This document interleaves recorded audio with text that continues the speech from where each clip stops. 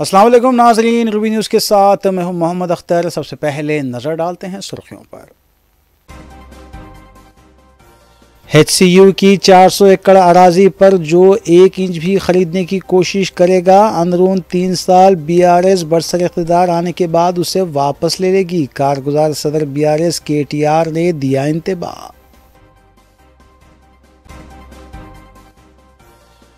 रियासत तेलंगाना के मुख्तलिफ अजला और शहर हैदराबाद में ज़ालाबारी के साथ तूफ़ानी बारिश, होर्डिंग्स और दरख्तों के गिरने की इत्तला। कई जगहों पर बारिश के पानी की वजह से नाले उबल पड़े। बर्ड फ्लू के मुश्तबा मामलात के बाद चिकन की कीमतों में गिरावट हुई थी, मगर फिर एक बार चिकन की कीमतों में इजाफा।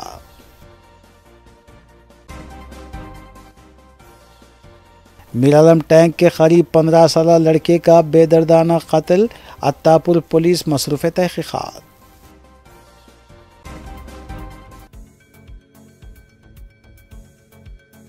अब खबरें तफसील से।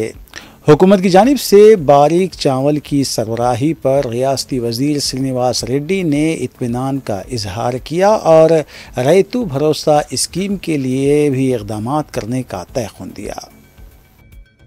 रियासती वज़ीर P श्रीनिवास रेड्डी ने ज़िले खम्मम में बारीक चावल की सरबराही पर इत्मीनान का इजहार करते हुए बताया कि रियासत भर में बारीक चावल की फरहमी का अमल कामयाबी के साथ जारी है।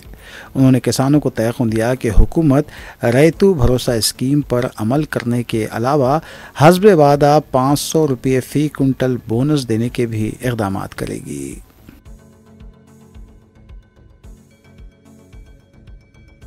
BRS की सिल्वर जुबली यौम तासीस तकरीब के सिलसिले में साबिक़ वज़ीर आला व BRS सदर के चंद्रशेखर राव ने अजला के पार्टी कायदीन को हिदायत दी है और इस सिलसिले में उन्होंने इंतज़ामात का जायज़ा भी लिया। सदर BRS और साबिक़ वज़ीर आला के चंद्रशेखर राव मुसलसिल तीसरे रोज़ अजला के पार्टी कायदीन के साथ इजलास मुनक़िद कर रहे हैं। जुमेरात के रोज़ मुनक़िद होने वाले इजलास में करीमनगर आदिलाबाद के कायदीन ने भी शिरकत की। के चंद्रशेखर राव ने पार्टी कायदीन को हिदायत दी कि वो पार्टी की सिल्वर जुबली तासीस तक़रीब के सिलसिले में ज़िले वरंगल में मुनक़िद होने वाले जलसे आम को कामयाब बनाएं। इस इजलास में G विनोद कुमार, G कमलाकर, जोगू रामन्ना और दीगर ने शिरकत की।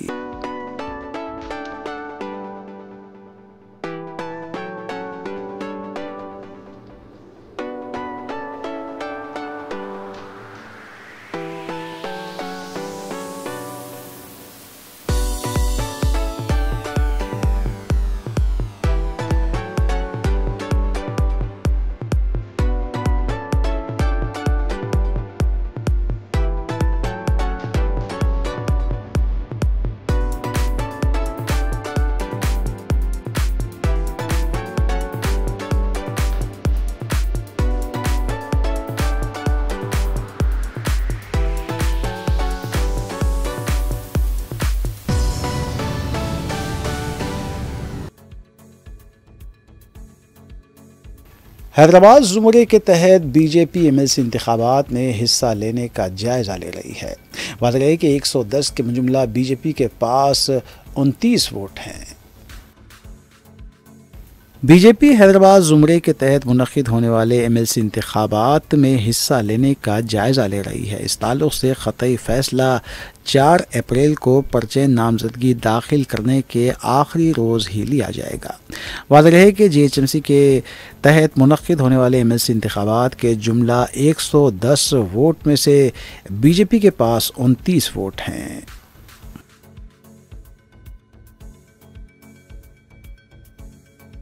MLC इंतखाबात में मजलिस इत्तेहादुल मुस्लिमीन कांग्रेस की तायद करेगी, जबकि 4 अप्रैल को पर्चे नामज़दगियाँ दाखिल करने की आखिरी तारीख मुकर्रर है। हैदराबाद MLC इंतखाबात में पर्चे नामज़दगियाँ दाखिल करने की आखिरी तारीख 4 अप्रैल बरोज़ जुमा मुकर्रर है। MLC इंतखाबात में कांग्रेस ने MIM उम्मीदवार की तायद करने का फ़ैसला किया है। वाज़ेह है कि MIM से इस बात का मुआहदा किया गया है कि मेयर के इंतखाब में MIM कांग्रेस की तायद करे।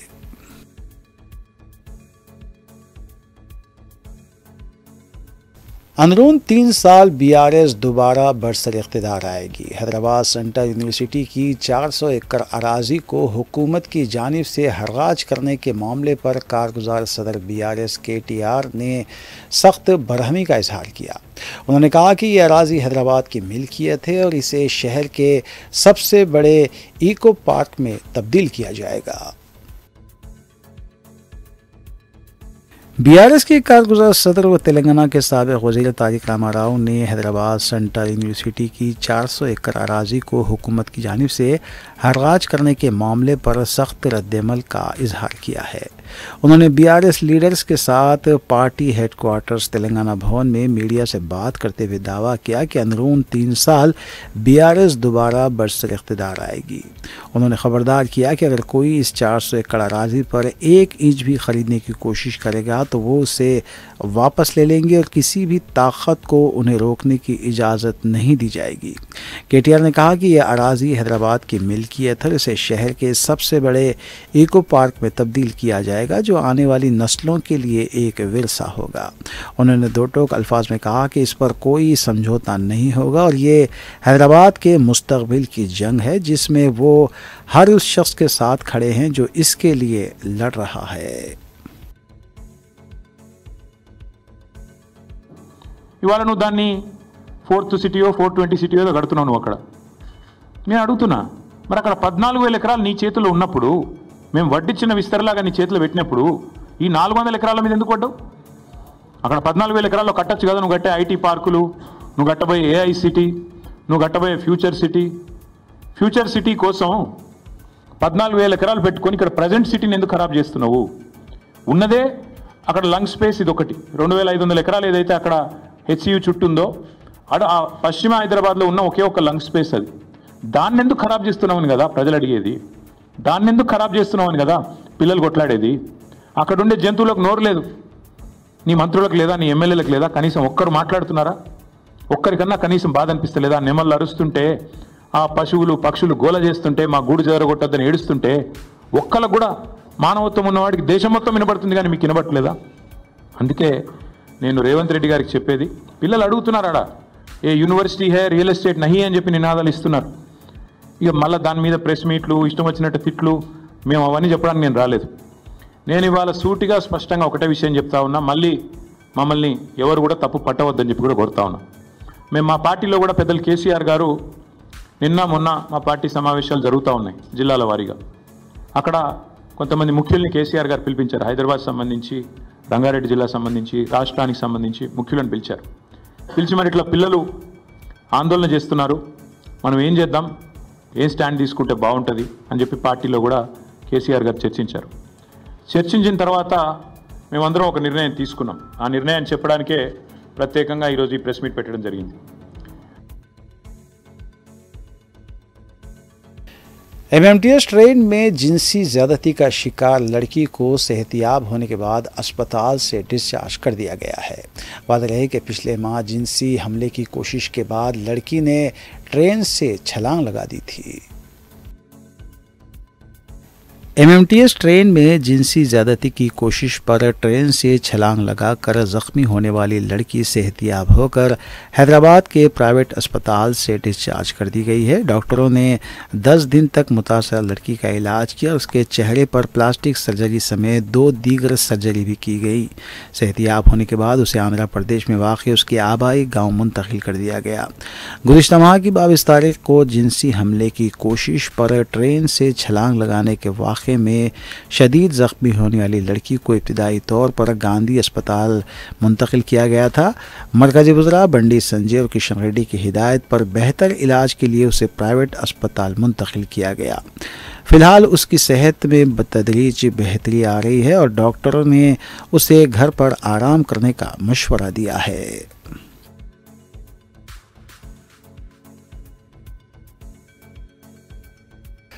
खर्च के बोझ से परेशान करीमनगर ज़िले के एक किसान ने कीड़े मार दवाई पीकर खुदकुशी कर ली। धान की काश्त में किसान को 2 लाख रुपए का नुकसान हुआ था, जिसके बाद उसने ये इंतहाई इक़दाम किया।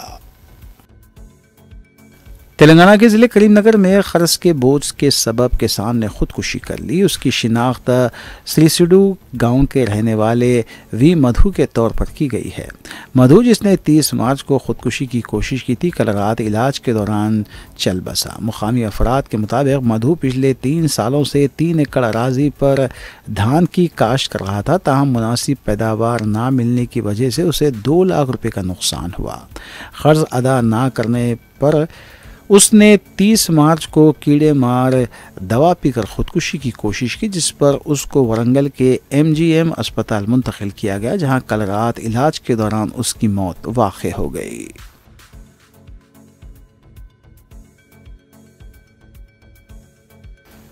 नाज़रीन, इसके अलावा जराइम व हादसात की दीगर खबरों पर भी एक नज़र डालेंगे। मिरालम टैंक के करीब 15 साल लड़के का बेदर्दी से कत्ल कर दिया गया। लड़के की नाश झाड़ियों से दस्तयाब हुई, जिसके सर पर शदीद जख्मों के निशानात थे। शुबा है कि नामालूम हमलावरों ने पत्थरों से इसके सर पर वार करके कत्ल किया है। मुकामी अफराद ने जब नाश देखी तो फौरी तौर पर पुलिस को इत्तला दी। अत्तापुर पुलिस ने मुकाम में वाक़े पर पहुंचकर नाश को बगैर से पोस्टमार्टम दवाखाना मुंतकिल किया और इस सिलसिले में केस भी दर्ज किया गया।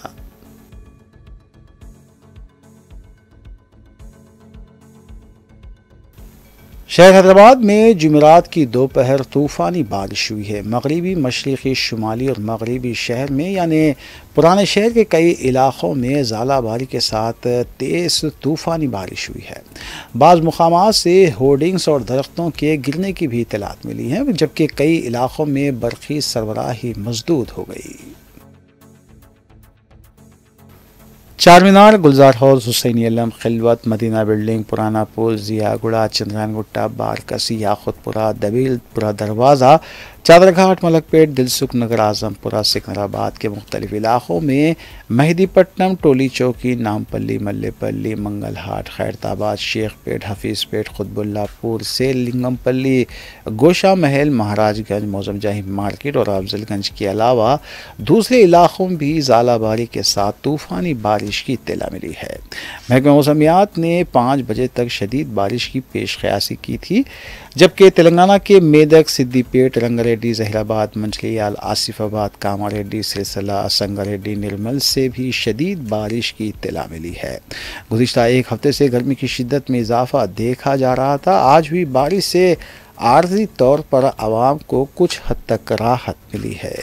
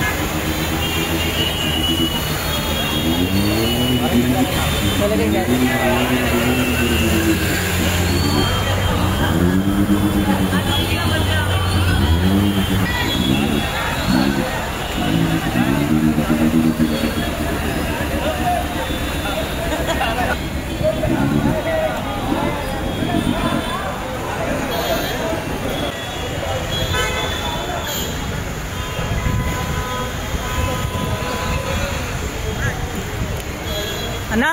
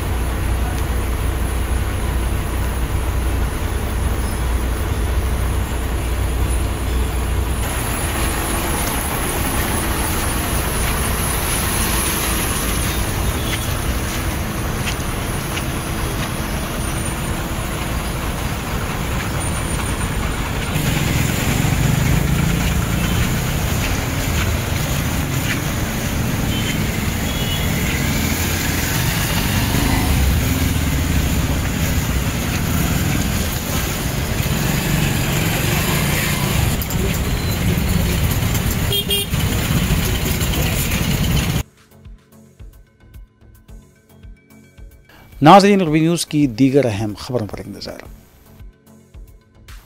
तेलंगाना बीआरएस पार्टी से इन्हिराफ करने वाले अरकान असम्बली को नाअहल करार देने से मुताल्लिक़ दरख्वास्त पर सुप्रीम कोर्ट में समाअत मुकम्मल हो गई है।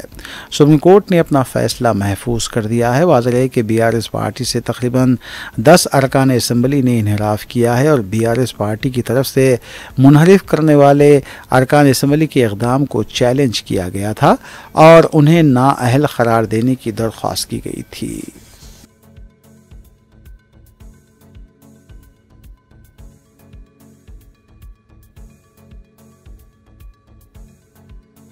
तेलंगाना कांग्रेस पार्टी के लीडर्स ने जुमेरात को कांग्रेस के साबिक़ सदूर सोनिया गांधी और राहुल गांधी से मुलाकात की। असम्बली में बीसी तबके के लिए 42% तहफ़्फ़ुज़ात बिल की मंजूरी के बाद तेलंगाना कांग्रेस लीडर्स की आला क़यादत से ये पहली मुलाकात थी। इस मौके पर तेलंगाना कांग्रेस के सीनियर लीडर्स पूनम प्रभाकर, अनिल कुमार यादव, प्रकाश गौड़, रुकन पार्लियामेंट सी किरण कुमार रेड्डी के अलावा दीगर भी मौजूद थे।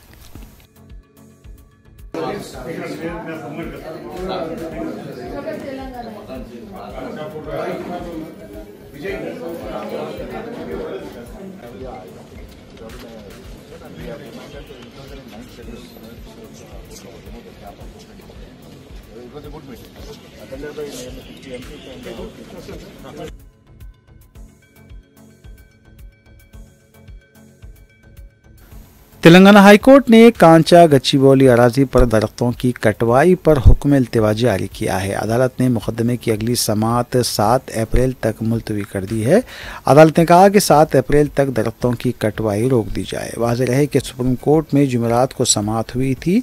अदालत ने सेंट्रल यूनिवर्सिटी कैंपस के अहाते की अराजी पर दरख्तों की कटवाई से मुताल्लिक़ दरख्वास्त की समाअत की। इस सिलसिले में अबूरी अहकाम जारी करते हुए दरख्तों की कटवाई पर रोक लगाई गई थी और तेलंगाना हाई कोर्ट के रजिस्ट्रार को हुक्म दिया गया था कि वो फौरी अराजी का मुआयना करें और रिपोर्ट पेश करें।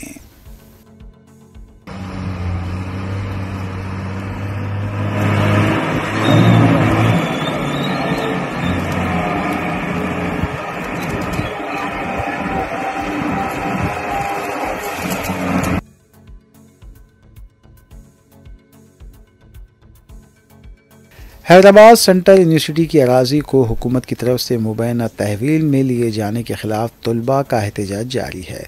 आज भी तलबा ने यूनिवर्सिटी के कैंपस में एहतजाज किया। कैंपस में तैनात पुलिस की तरफ से तलबा को गिरफ्तार किया गया। वाज़ेह है कि 400 एकड़ अराजी पर हुकूमत अपना दावा पेश कर रही है, जबकि तलबा इसकी मुखालिफत कर रहे हैं। तलबा ने कहा है कि हुकूमत अराजी को जबरन हासिल करना चाहती है।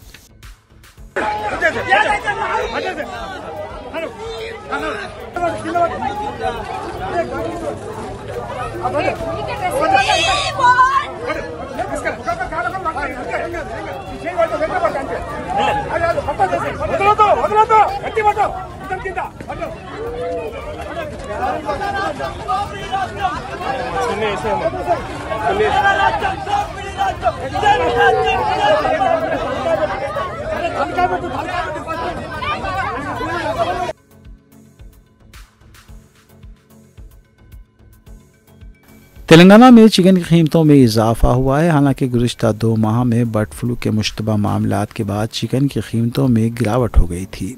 चिकन फार्मर्स ने कहा है कि बढ़ती हुई पैदावार लागत, ख़ास तौर पर फीड, वैक्सीन और दीगर अखराजात की वजह से कीमतों में इजाफा हुआ है। हालिया दिनों में पोल्ट्री फीड की कीमत में भी इजाफा देखा गया है, जिससे पैदावारी लागत मज़ीद बढ़ गई है। मार्केट ज़राए के मुताबिक हैदराबाद के मुख्तलिफ इलाक़ों में चिकन की कीमतें मुख्तलिफ सतहों पर पहुँच चुकी हैं। कुछ मुकामात पर बॉयलर चिकन फ़ी किलो 250 रुपये में दस्तियाब है, जबकि दीगर इलाक़ों में इसकी कीमत 270 से 300 तक पहुँच चुकी है। रिटेल मार्केट में कीमतों की बढ़ने के बायस न सिर्फ आम शहरी बल्कि रेस्टोरेंट और होटल मालकान भी परेशान हैं। कुछ चिकन सेंटर्स ने कीमतों में इजाफा ना करते हुए कम मुनाफे पर चिकन फ़रोख्त करना भी शुरू कर दिया, लेकिन ज़्यादातर दुकानदार कीमतें बढ़ाने पर मजबूर हैं। चिकन की कीमतों में ये इजाफा एक ऐसे वक्त में हुआ है जब आम आदमी पहले ही महंगाई से परेशान है।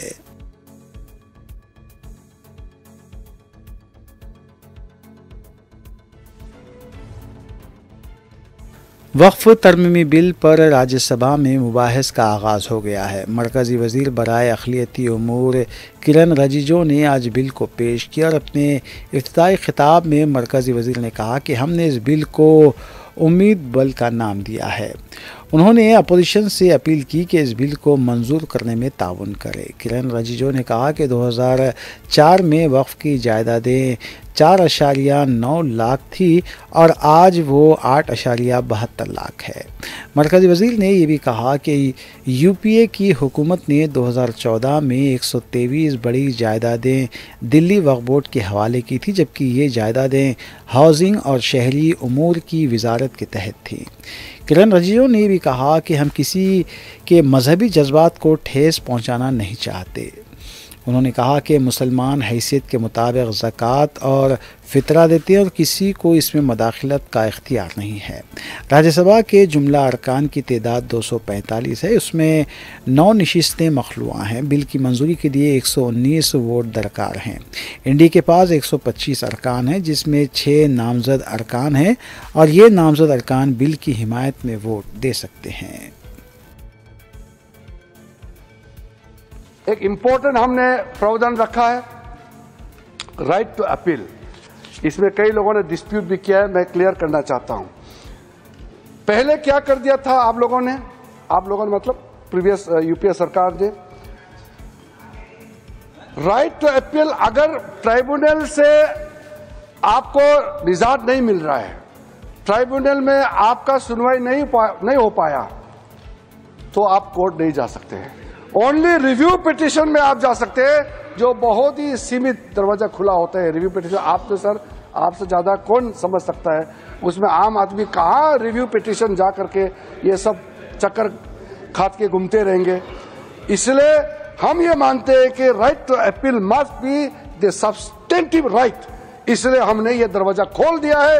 अगर ट्राइब्यूनल में आपका हक नहीं मिला तो आप अपील कर सकते हैं। सिविल रिट आपका अपील करके किसी भी जगह में आपको जाने के लिए क्यों रोका जाना चाहिए।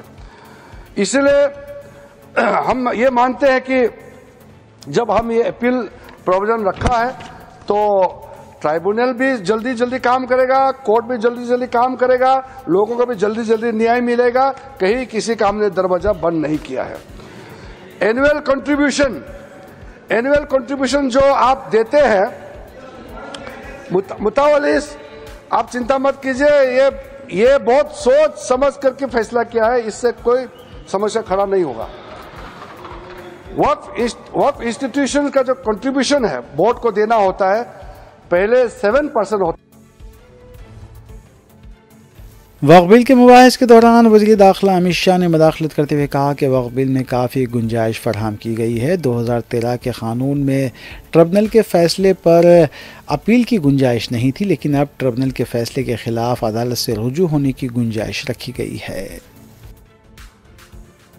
मान्यवर, मैं सदस्य को बीच में टोकना नहीं चाहता, शायद वो भोले भाव से गलत इन्फॉर्मेशन सदन के सामने रख रहे हैं, तो मैं थोड़ा करेक्ट करना चाहता हूँ। मान्यवर Jairam ji, please chair has given time. क्या कह रहे हैं आप रमेश जी, क्या कह रहे हैं? मैं मान्यवर जयराम जी, प्लीज मान्यवर, आप बोलो। जो डिस्प्यूट है वो इतना ही है कि अगर ट्रिब्यूनल के फैसले से कोई असंतुष्ट है तो ये भूमि का मामला है, इस पर सिविल सूट होना चाहिए। सिविल सूट में अधिकारों के बहुत वाइड रेंज होती है। इन्होंने इस पर अपील का प्रोविजन 2013 के कानून में रखा ही नहीं है, तो रीट के कार्य क्षेत्र में हाईकोर्ट के सामने जाता है। रीट का कार्य क्षेत्र बहुत संकरा होता है, तो जो ट्रिब्यूनल का फैसला होता है वो फाइनल होने के चांसेस 99% हो जाते हैं। जिनकी भूमि है इसका अधिकार जाता रहता है। मान्यवर, एक गलतफहमी फैला रहे हैं। उत्तर प्रदेश के वज़ीर आला योगी आदित्यनाथ ने कहा है कि हम वक्फ बिल की मंजूरी पर वज़ीर आज़म के शुक्रगुजार हैं। वक्फ के नाम पर बड़ी अराजी पर कब्जे किए गए थे, अब उत्तर प्रदेश में माफियागिरी नहीं चलेगी। उन्होंने कहा कि वज़ीर आज़म और वज़ीर दाखिला अमित शाह ने वक्फ बोर्ड की मनमानी पर लगाम लगाई है। उन्होंने इस उम्मीद का इजहार किया कि आज राज्यसभा में ये बिल मंजूर हो जाएगा। जो लोग प्रयागराज की पहचान को छुपाते थे, वे नहीं चाहते थे इस पौराणिक सिटी को एक पहचान मिले। वे नहीं चाहते थे कि निषाद राज और भगवान राम के इस मिलन स्थल को एक पहचान मिले, क्योंकि उनके लिए अपना वोट बैंक महत्वपूर्ण था। देख रहे हो ना, देख रहे हो, यहां पर भी निषाद राज की पौराणिक भूमि पर कब्जा और जगह जगह शहरों पर भी वक्फ के नाम पर कब्जे किए गए हैं। अब तो हम प्रधानमंत्री जी के प्रति आभार व्यक्त करते हैं। देखा ना, वक्फ बोर्ड ने कैसा मनमानापन उस समय बयान दे रहे थे। जब हम कुंभ का आयोजन करने जा रहे थे, उस समय वो बयान दे रहे थे कि प्रयागराज में कुंभ की भूमि भी वक्फ की भूमि है। अबे हमने कहा ये बोर्ड क्या भूमाफिया बोर्ड हो गया क्या? भूमाफिया प्रदेश में नहीं चल सकते। माफियाओं को तो हम पहले ही विदा करा चुके हैं प्रदेश से। अब उत्तर प्रदेश में माफियागिरी नहीं चलेगी। कांग्रेस पार्टी के रुकन नसीर हुसैन ने वक्फ बिल के मुबाहिस में हिस्सा लेते हुए कहा कि फिरका वाराना हम आहंगी को मुतासिर किया जा रहा है, लेकिन अपोजिशन पर इसका इल्ज़ाम लगाया जाता है। वक्फ बिल झूठ पर मुबनी है और इस बिल के दौरान गुमराह कुन तशहीर की गई है। उन्होंने कहा कि बीजेपी के फर्जी फैक्ट्री गलत इत्तला फराहम कराई है। थे तो आपने क्यों सपोर्ट किया था? क्यों कंसेंसस के साथ आपने बिल पास करने दिया था? आप 2013 के बाद सर 2014 में ये लोग सरकार में आ गए। 2014 से 2024 तक इनको समझ में नहीं आया कि ये ड्रैकोनियन लॉ है। इनको ये समझ में नहीं आया कि कम्युनिटी को अपील करने के लिए लाया गया है। 2024 में फिर ये बिल इनको 2024 में इनको याद आ गया, वक्फ बोर्ड ड्रैकोनियन लॉ है, कम्युनिटी को अपील कर रहे हैं। 2024 में याद आया। क्यों 2024 में याद आया? 10 साल क्यों आपको याद नहीं आया? 2024 में इसलिए याद आया क्योंकि 400 का नारा इनको दिए थे, 240 में निपट गए थे। इनको बिल्कुल मेजॉरिटी नहीं मिली थी। इनको अब समझ में नहीं आ रहा कैसा अपना वोट बैंक बढ़ाएं। इनको यह समझ में नहीं आ रहा कौन सा मुद्दा उछालें, तो इन्होंने वक्फ बोर्ड को लेके आया, इस एक्ट को लेके आके कम्युनल पोलराइजेशन करने का काम कर रहे हैं। आप कह रहे हैं कि हम अपील कर रहे हैं, आप पोलराइज करना चाह रहे हैं। पूरे देश को, पूरी दुनिया को पता है पोलराइजेशन देश में होता है तो किसका फायदा होता है करके।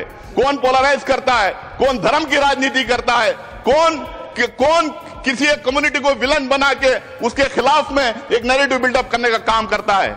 और ये पूरी बिल मैं दावे के साथ कह सकता हूं और पूरे में तत्व के साथ, लॉजिक के साथ यहां पे अपनी बात रखूंगा, ये बिल टोटली फॉल्सिटी पे है, ये मिस इन्फॉर्मेशन कैंपेन पे है। एक नैरेटिव बिल्डअप करने की पिछले 4 महीने से 6 महीने से कोशिश की गई है।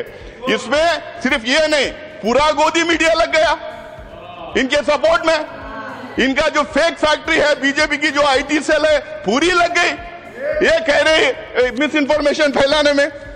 मैं इनके सारे जितने ये मैं भी जो बात किया मैं आपके सामने यहाँ टेबल पे रखता हूं सर।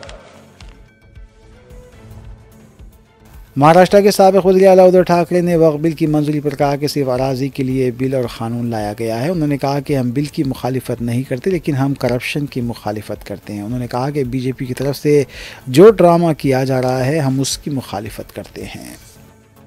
तो ये सिर्फ जमीन के लिए उन्होंने ये बिल लाया है। इसका मैंने कहा ना, हमने बिल का विरोध नहीं किया है, हमने भ्रष्टाचार का विरोध किया है। हमने उनकी जो नौटंकी है उसका विरोध किया है। वक्फ तरमीमी बिल की लोकसभा में मंजूरी के खिलाफ आज तमिलनाडु असेंबली के अहाते में डीएमके के अरकान की तरफ से एहतजाज किया गया। डीएमके के अरकान ने मरकजी हुकूमत के खिलाफ नारेबाजी की। इससे पहले असेंबली में वज़ीर आला एम.के. स्टालिन और उनके साथी हाथों पर सियाह पट्टियां बांध कर ऐवान में दाखिल हुए। डीएमके के नए बिल की मंजूरी को सुप्रीम कोर्ट में चैलेंज करने का ऐलान किया है।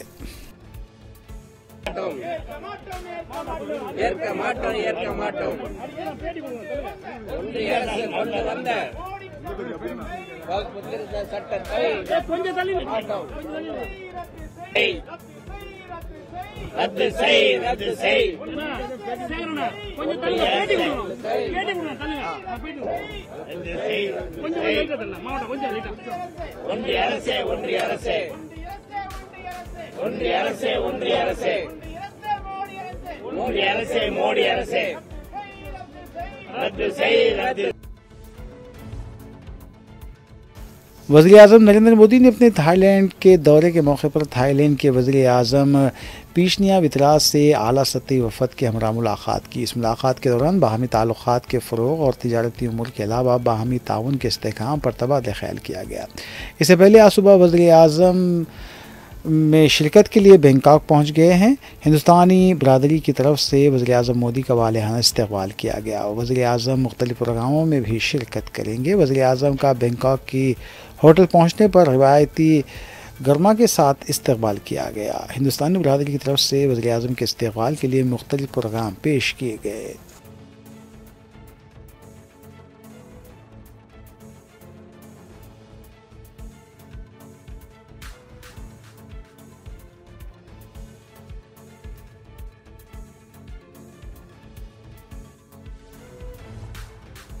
कांग्रेस पार्टी के जनरल सेक्रेटरी केसी वेणुगोपाल ने जबलपुर में 2 ईसाई पादरियों पर विश्व हिंदू परिषद के मुबैना हमले की मजम्मत की है। मीडिया से बात करते हुए केसी वेणुगोपाल ने कहा कि बीजेपी संघ परिवार और आरएसएस की तरफ से अक़लियतों को निशाना बनाने की एक और मिसाल है। जहां कहीं भी मौका मिल रहा है ईसाई तबके पर हमले किए जा रहे हैं। उन्होंने कहा कि केरला के अरकान पार्लियामेंट ने पार्लियामेंट के अहाते में सिलसिले में एहतजाज किया। जबलपुर हमला वाक़े को लेकर हमने मुबाहिस के लिए लोकसभा में तहरीक इल्तिवा भी पेश की थी, लेकिन इसे मुस्तरद कर दिया गया। An unfortunate incident was reported from Jabalpur on day before yesterday. 2 Christian fathers was brutally attacked by Vishwa Hindu Parishad in Jabalpur. The way in which this government and the BJP Sangh Parivar is attacking the minority, this is another example. Wherever they are getting a chance, they are attacking churches. This incident was happened in Madhya Pradesh. Earlier, this incident was happened in Chhattisgarh and Jharkhand also. In last 1 year, 753 churches, Christian churches, has been attacked by this RSS Sangh Parivar. The government is not taking any action. The MPs from Kerala and national level, we protested inside the parliament. We moved an adjournment motion to discuss all these things. Speaker didn't allow that motion. So we walk out from the parliament and we are demonstrating on this issue. आखिर में सुर्खियां एक बार फिर। HCU की 400 एकड़ अराजी पर जो 1 inch भी खरीदने की कोशिश करेगा, अंदरून 3 साल BRS बरसर इख्तिदार आने के बाद उसे वापस ले लेगी। कारगुजार सदर BRS KTR ने दिया इंतबाह। रियासत तेलंगाना के मुख्तलिफ अजला और शहर हैदराबाद में ज़ालाबारी के साथ तूफ़ानी बारिश, होर्डिंग्स और दरख्तों के गिरने की इत्तला। कई जगहों पर बारिश के पानी की वजह से नाले उबल पड़े। बर्ड फ्लू के मुश्तबा मामलात के बाद चिकन की कीमतों में गिरावट हुई थी, मगर फिर एक बार चिकन की कीमतों में इजाफा।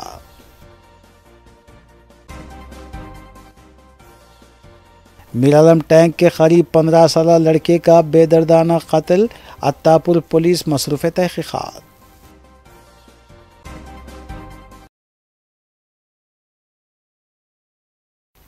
नाज़रीन, रूबी न्यूज़ की फीडबैक के लिए स्क्रीन पर दिए गए नंबर पर आप कॉल कर सकते हैं या ईमेल के ज़रिए हमें पैगाम भी भेज सकते हैं। इसी के साथ रूबी न्यूज़ यहीं अख्तिताम पज़ीर होती हैं। रूबी न्यूज़ की सारी टीम को दीजिए इजाज़त। अल्लाह हाफ़िज़।